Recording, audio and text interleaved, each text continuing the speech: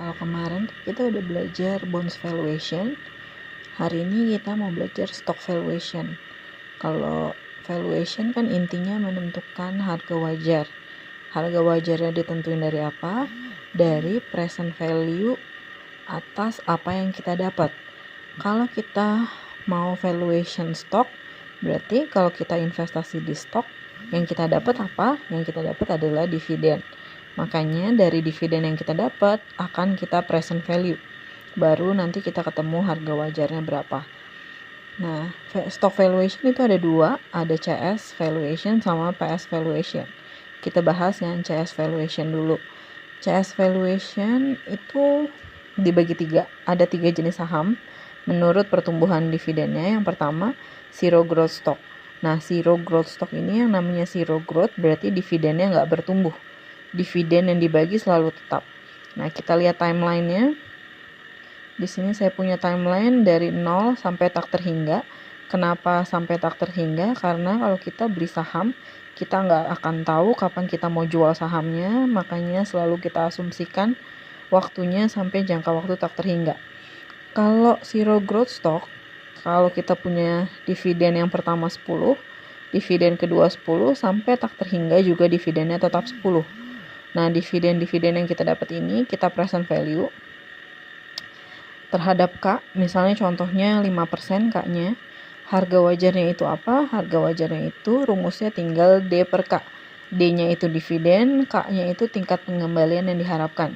Jadi 10 dibagi 5%. Ketemu hasilnya 200. Kalau misalnya saya punya harga pasarnya 75, berarti beli atau enggak? Berarti kita mau beli. Karena harga yang ditawarkan lebih murah dari nilai wajarnya. Itu untuk zero growth stock. Nah, jenis yang kedua, constant growth stock. Nah, kalau constant growth berarti pertumbuhannya yang konstan. Kalau misalnya saya punya dividen yang pertama 10, pertumbuhannya 10%, jadi 110. Nah, 110 ini bertumbuh lagi 10%, jadi 121 sampai jangka waktu yang tak terhingga. Pertumbuhannya tetap 10%. Rumusnya gimana? P0-nya itu D1 per K min G. D1 itu adalah dividen yang akan dibayarkan dibagi K tingkat pengembalian yang diharapkan dikurangin G pertumbuhan dividen. Nah, D1 ini bisa kita dapat dari D0 kali 1 plus G. D0 itu adalah dividen yang terakhir kali dibayarkan. Nah, kenapa rumusnya D per K min G? Kamu lihat di sini. Timeline ini kan kalau growth 10% artinya kamu future value terhadap 10% kan ya.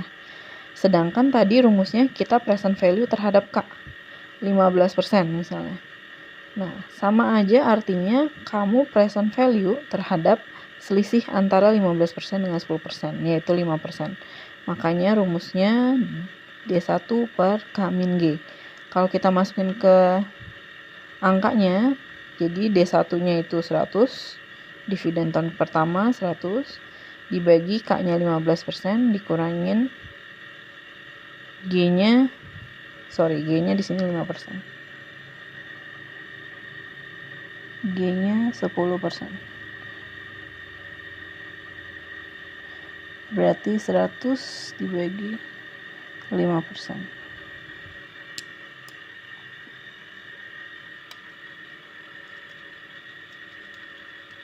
Ketemu hasilnya 2000.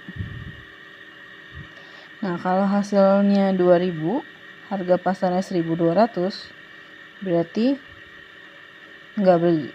Berarti beli jadinya.